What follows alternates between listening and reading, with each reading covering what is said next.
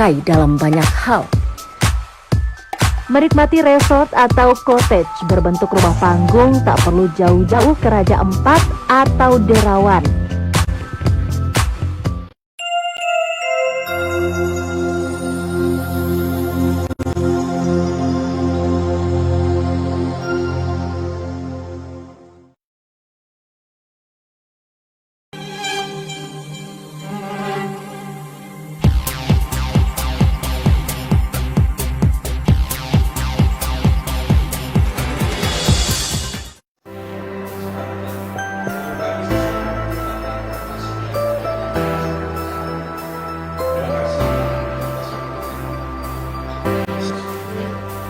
Pansus LKPJ DPRD Lampung Tengah melakukan evaluasi kinerja OPD di jajaran pemerintah Kabupaten Lampung Tengah. Langkah ini dilakukan oleh Pansus LKPJ DPRD Lampung Tengah untuk mengetahui sejauh mana kinerja yang sudah dilakukan pada tahun 2021.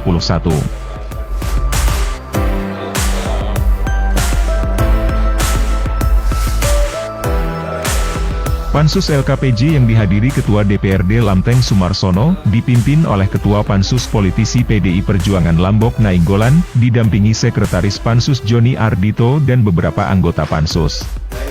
Dalam rapat hearing juga mempertanyakan, sejauh mana ambang capaian prestasi yang sudah dicapai oleh OPD-OPD yang ada di Pemkab Lampung Tengah.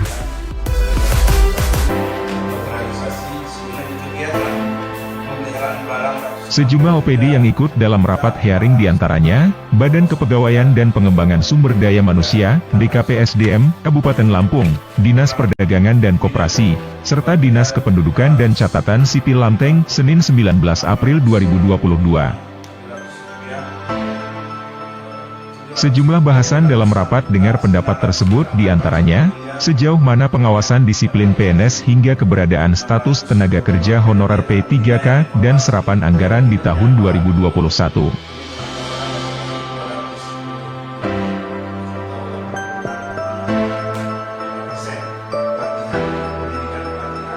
Dalam rapat tersebut, Ketua Pansus LKPJ DPRD Lampung Tengah Lambok Nainggolan mempertanyakan sejumlah capaian kinerja BKPSDM dari hasil pengawasan terhadap disiplin kinerja ASN, kemudian program kerja hingga sanksi yang sudah diberikan kepada aparatur negeri sipil yang bandel terhadap kinerjanya.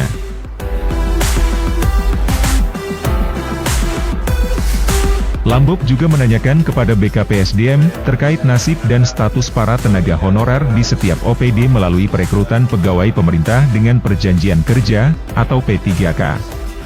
Karena hal tersebut, perlu diketahui oleh Pansus LKPJ DPRD Lampung Tengah, sebagai bahan evaluasi BKPSDM dalam menjalankan fungsi dan pokok OPD di pemerintahan Kabupaten Lampung Tengah. Sudah melakukan melanggar yang menjadi tugas pokoknya dan fungsinya di lingkungan Pemda kita. Apakah memang ada yang sudah sampai dipecat ataukah seperti apa? Ya, kami ingin juga mendengar bagaimana sampai di mana Pak pengawasan dan juga eksekusi yang telah dilakukan oleh pihak BKPSDM terkait masalah peningkatan kinerja dan juga disiplin ASN kita. Itu yang pertama Pak ya, masalah P3K kita nih Pak ya. Apakah memang sudah semua mendapatkan SK penempatan ataukah memang belum, dan kendalanya seperti apa Pak ya, khusus tahun 2021 Pak ya, ke belakang. Kami juga nanti minta laporan juga dari Pak Kepala Badan terkait masalah P3K ini Pak. Saya kira itu saja mungkin dari saya.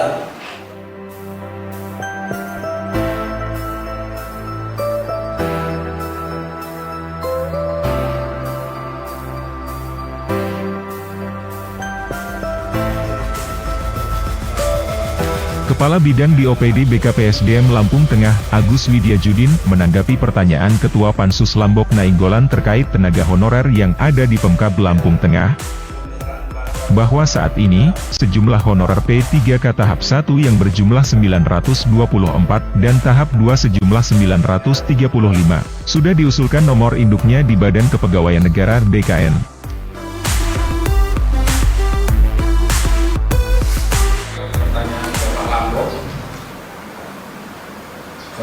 kabar P3K tahap 1 sejumlah 924 dan P3K tahap 2 sejumlah 935.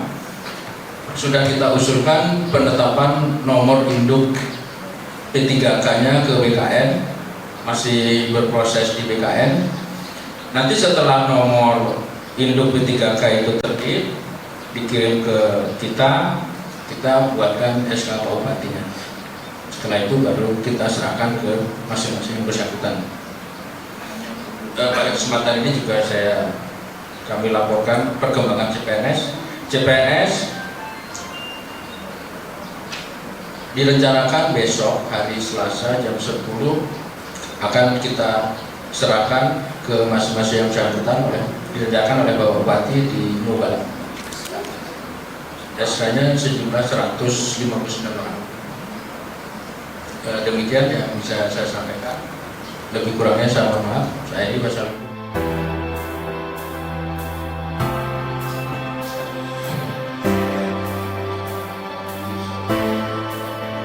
Anggota Pansus LKPJ DPRD Lampung Tengah Agus Hamid juga mempertanyakan serapan anggaran terkait pengembangan kompetensi di lingkungan kerja OPD pemerintah Kabupaten Lampung Tengah.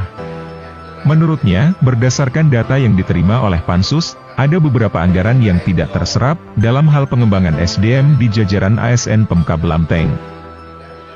Undang-Undang Pemda 1, kemudian juga ada peraturan pemerintah tentang pengembangan SDM. ASN. Saya kebetulan waktu itu di Komisi 1 kemudian membuat rekom antara lain kepada PSDM, antara lain yang pertama adalah terkait dengan hasil mutasi tempo hari sebagai pejabat pembina kepegawaian, yaitu membuat peraturan bupati tentang mutasi yang satu, kemudian yang kedua tentang pengembangan karir, pengembangan manajemen itu. Nah, saya mau mohon penjelasan tentang itu Pak Yudaidi. Katanya waktu itu kan sedang dibuat, apakah itu sudah dibuat atau belum dibuat? Bagaimana perkembangannya? Sampai di mana? Karena bagi PNS itu satu hal yang mendasar peraturan. Itulah kita dasar pejabat di dalam memindahkan, memutasikan, ada kriteria-kriteria tertentu ya. Di samping kriteria ininya sendiri pendidikan dasarnya ya, misalnya basicnya untuk menjadi camat itu harus punya pendidikannya harus ini dengan kriteria ini kriteria itu dan lain sebagainya. Lurah juga begitu, ada track recordnya, kemudian ada basic ya, basic pendidikannya yang selaras, searah ke arah sana. Ini politik masalahnya kan, politik kepegawaian. Kalau dia tidak pas pendidikannya ya rusak. Termasuk golongan, di situ ada aturannya. Kalau zaman dulu Pak Lambok ya itu untuk mencapai, untuk ditempatkan di suatu jabatan itu dia golongannya sudah cukup atau belum? Kalau dia belum itu ada di bawah satu tingkat. Kalau dulu ada dua tingkat, ada istilah PJ, ada istilah PRT. Tapi yang itu harusnya dia yang pas gitu kan. Kami melihat lurah yang kemarin dihadirkan itu, teman-teman berbisik-bisik itu. Iya, kok sepertinya lurah ini performanya tidak hebat ya. Enggak, belum lagi pengetahuannya belum tentu, kita nggak tahu pendidikannya apa. Jangan basi-basi nyomot lurah. Nah ini yang mohon betul diperhatikan dalam penempatan itu. Makanya induknya adalah pada peraturan bupati tentang mutasi dan pengembangan karir. Halo pemirsa, apa kabar? Kembali lagi di 20 Minute Moment Sigar TV. Saat ini banyak masyarakat yang mengandrungi tren merawat tanaman hias. Tapis di zaman sekarang bisa dipakai dalam banyak hal. Menikmati resort atau cottage berbentuk rumah panggung tak perlu jauh-jauh ke Raja Empat atau Derawan.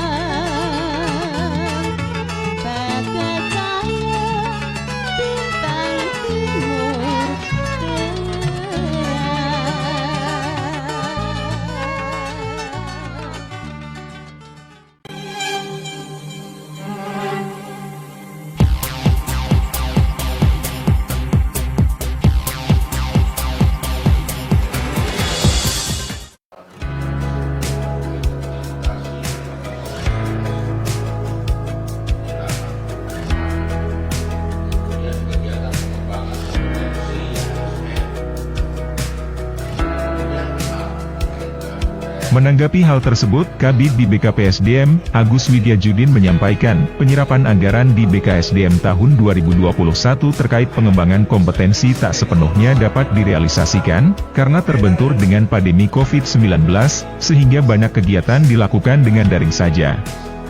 Dewan juga mempertanyakan, sudahkah penempatan jabatan ASN sesuai dengan jabatan dan basic pendidikan, sehingga tercipta kinerja yang profesional? Pertanyaan ini dilontarkan langsung oleh Ketua DPRD Sumarsono.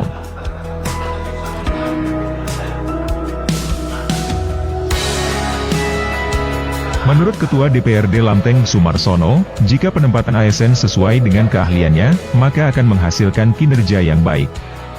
Ia mengatakan, jangan sampai memberikan jabatan atau menempatkan ASN tidak sesuai dengan tupoksinya, dan jangan memberikan jabatan karena kedekatan yang dipolitisasi.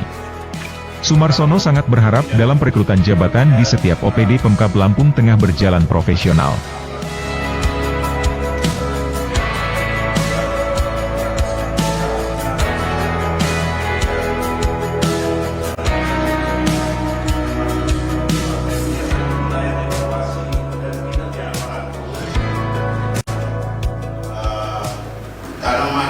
Tidaknya sebuah pemerintahan itu salah satunya ada di sini dengan menempatkan orang-orangnya di posisi yang tepat.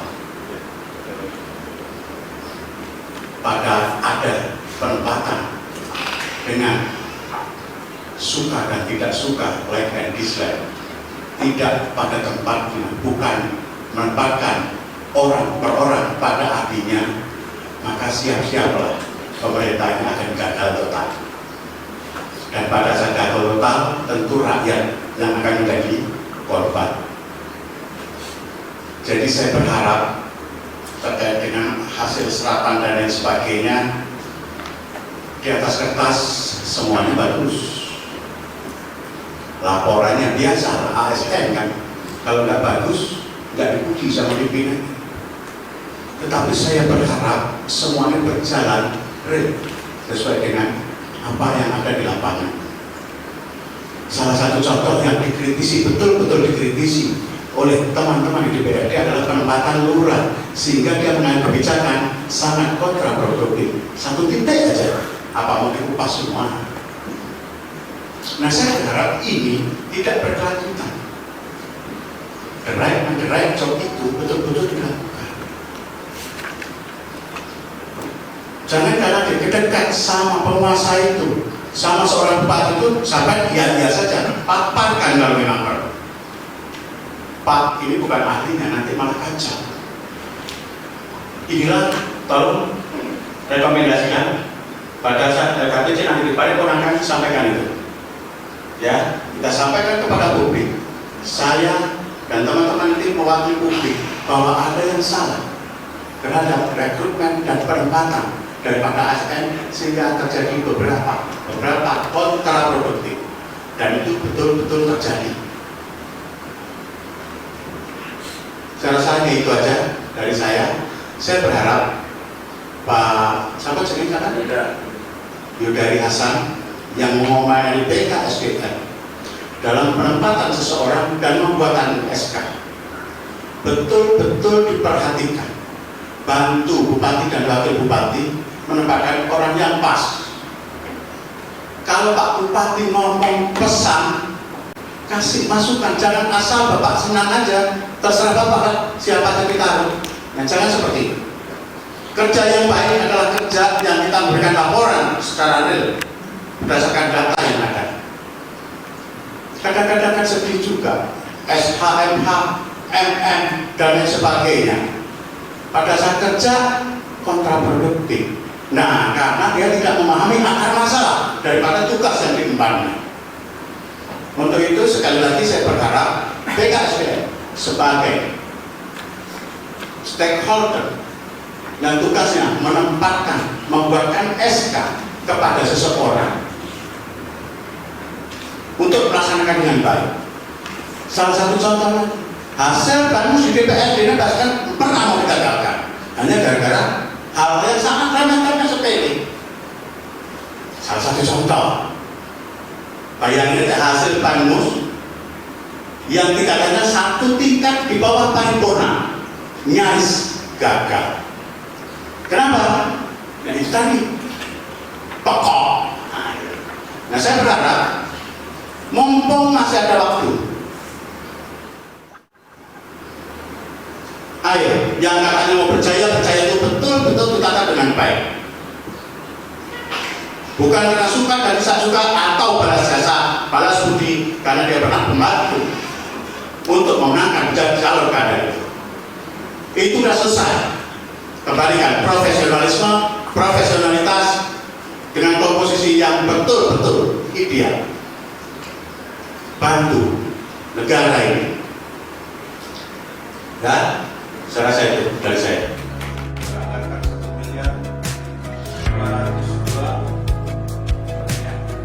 Selain itu, anggota Pansus LKPJ Inyoman Suryana sepakat dengan apa yang dikatakan Ketua DPRD Lampung Tengah Sumarsono.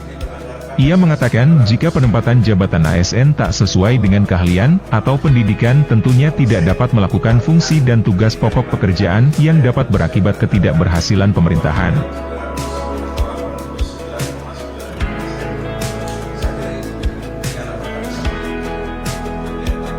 Politisi Golkar ini berharap, kompetensi ASN di Kabupaten Lampung Tengah dapat bekerja sesuai dengan keahliannya, jangan sampai jabatan yang diberikan tidak dapat dijalankan dengan baik dan benar.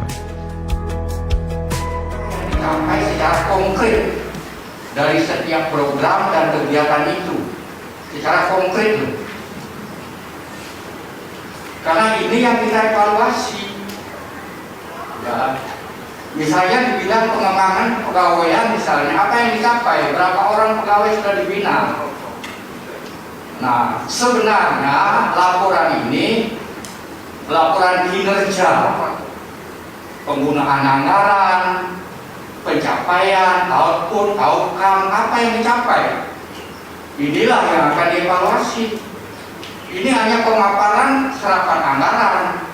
Dari anggaran yang terpakai, apa yang sudah dicapai secara konkret dalam satu program dan kegiatan itu sebenarnya yang dipaparkan, itu yang akan dievaluasi.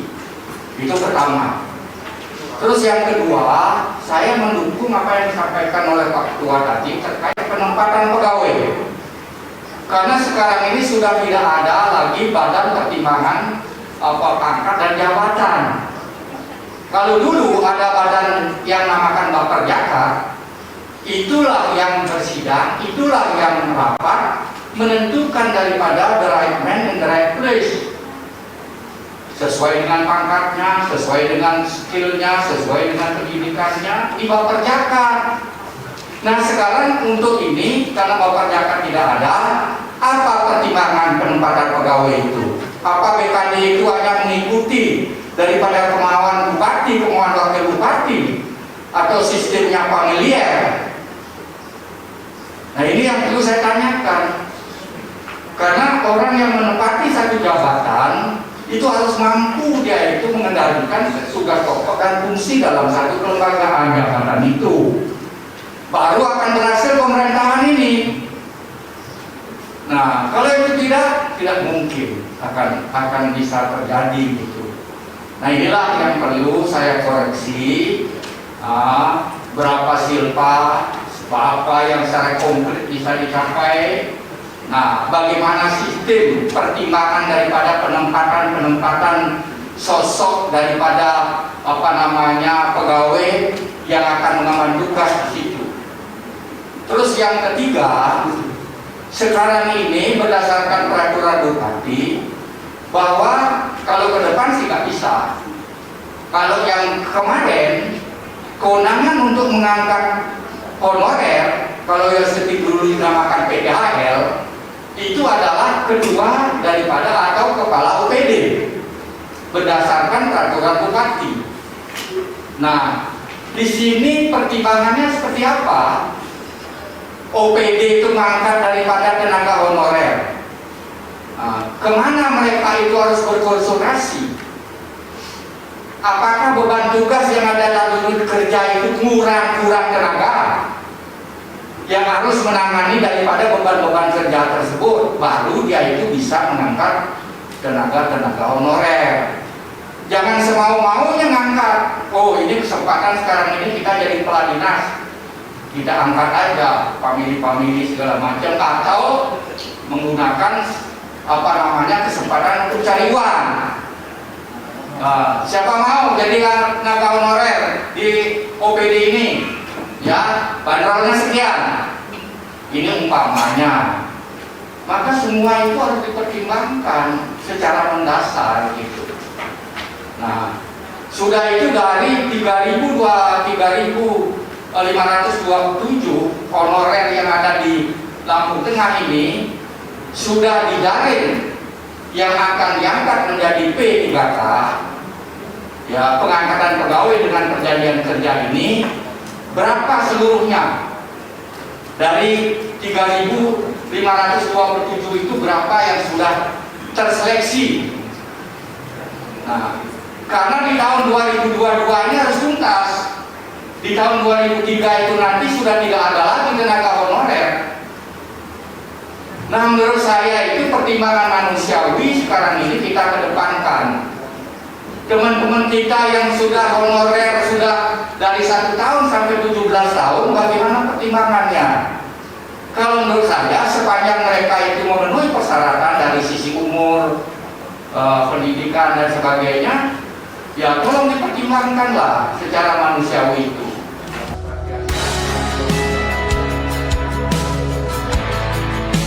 Menanggapi hal tersebut, Kepala Badan BKPSDM Lampung Tengah Yuandri mengatakan, apa yang menjadi harapan Ketua DPRD dan anggota Pansus LKPJ akan menjadi catatan dan akan ditindaklanjuti. Secara teknik, dia dan jajarannya sudah berupaya menjalankan apa yang sudah menjadi tanggung jawabnya, untuk menempatkan SDM ASN yang sesuai dengan kompetensinya. Dirinya akan berupaya terus memperbaiki kinerja jajaran maupun aparatur negeri sipil lainnya, agar dapat membangun Lampung Tengah dengan baik. Dan beberapa hal tadi termasuk masalah yang hampir menggagalkan Banmus tadi, itu merupakan juga hal yang jadi perhatian khusus kami dengan Ketua akan sampaikan juga. Dan beberapa hal lain yang disampaikan Pak Ketua yang sudah sama-sama kami catat juga. Bukan hanya kami catat, tapi setelah ini tetap akan kami tindak lanjuti dalam program kami ke depan.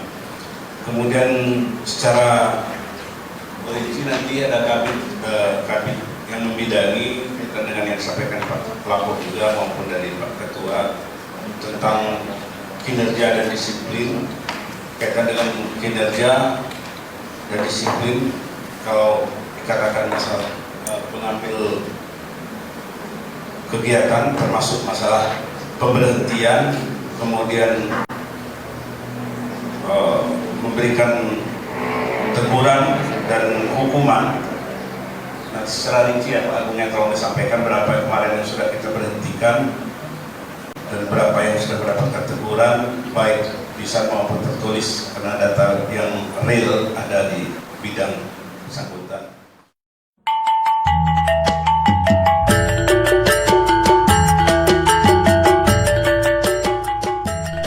Tepat pukul 3 pagi, saya bersama tim sampai di Liwa, Kabupaten Lampung Barat.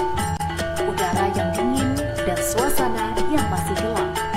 Saya akan mengunjungi suatu peristiwa tradisi yang sering dilakukan di Kabupaten Lampung Barat ini, yaitu Bediom.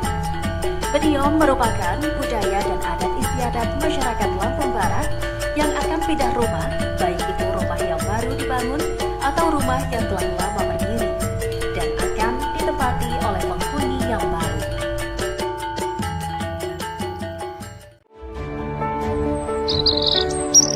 Pak, jaga berangkat sekolah Pak ya? Yuk, nanti ya.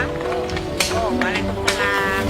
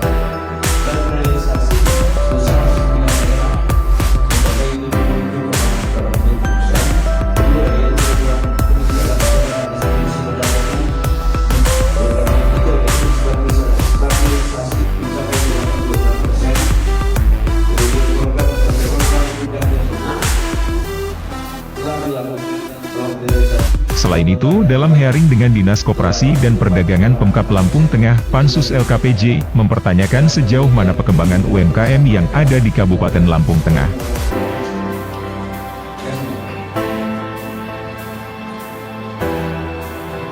Dewan berharap Dinas Koperasi, UKM dan Perdagangan Kabupaten Lampung Tengah dapat memperhatikan sejumlah usaha mikro kecil menengah UMKM yang masih aktif, serta UMKM dapat berkembang membantu perputaran perekonomian di Kabupaten Lampung Tengah.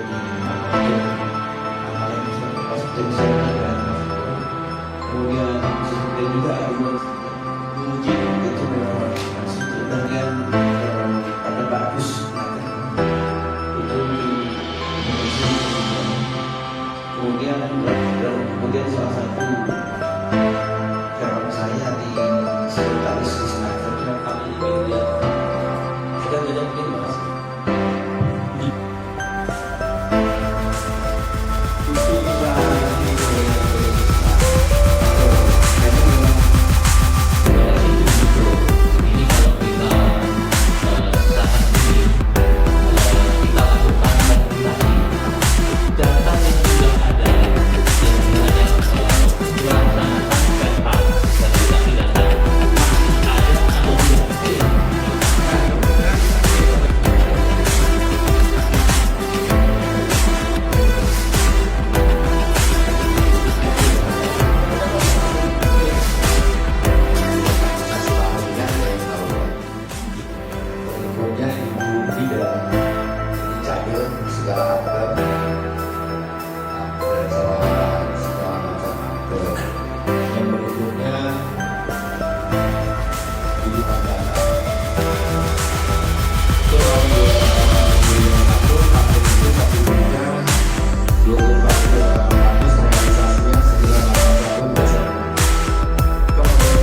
Tak berbeda dengan yang lain, Pansus LKPJ juga mempertanyakan kinerja Dinas Kependudukan Catatan Sipil, diantaranya sejauh mana pelayanan kepada masyarakat dalam hal pembuatan KTP dan kartu keluarga.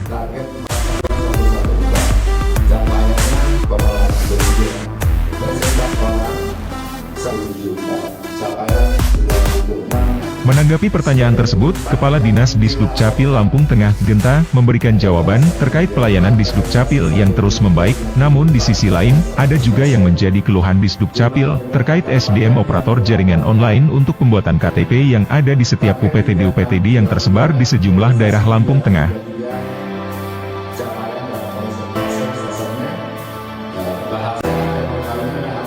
Pasalnya, menurut Genta, adanya wacana pemerintah yang akan menghapuskan tenaga honorer pada tahun 2023 nanti, akan sangat berimbas kepada kinerja Disdukcapil, khususnya bagi petugas yang berada di setiap UPTD atau kecamatan, karena rata-rata berstatus tenaga harian lepas, THL, atau honorer.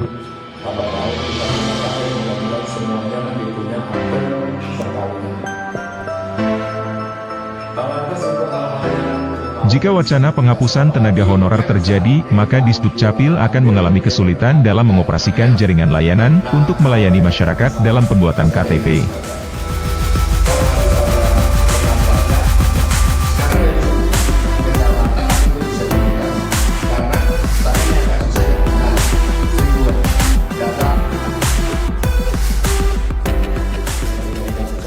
Murni ini 5 kecamatan, saran dari Pak Bupati, secara lisan juga ke Ketua Dewan di perubahan tambah 5, jadi sudah 15 per tahun ini, jadi percepatannya demikian cepat.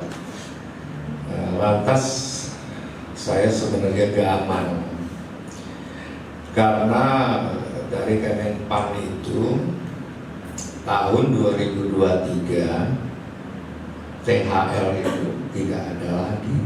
Ini yang buat saya pusing. Operator kita itu seluruhnya THL. Ini sudah saya sampaikan ke BKSDM sudah, ke Bapak Sekda sudah. Cuman saya berharap, tapi cuma batas berharap karena tidak ada petunjuk secara tertulis. Kalau secara lisan sudah. Beliau Bapak Dirjen, Pak Judan pernah mengatakan waktu di Tengah Bawang Barat, kita berdoa saja bahwasanya operator akan diangkat menjadi P3K itu. Tapi sebenarnya tidak ada.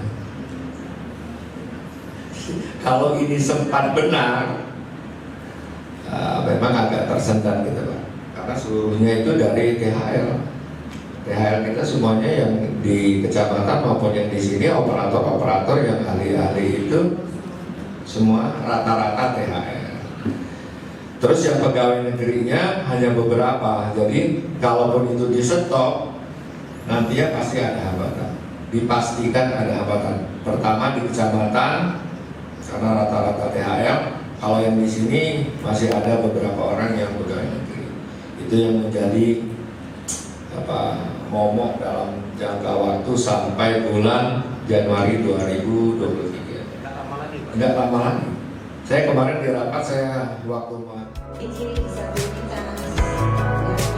jadi yang penting karena ini sekarang itu model. Menurut anggota DPRD, masalah tersebut nantinya juga akan menjadi pokok pikiran anggota DPRD. Pada intinya anggota DPRD berharap Disdukcapil harus terus bekerja dengan sesuai tugasnya dan berupaya mencari terobosan untuk mengatasi sejumlah masalah yang ada di Dinas Pendudukan Catatan Sipil.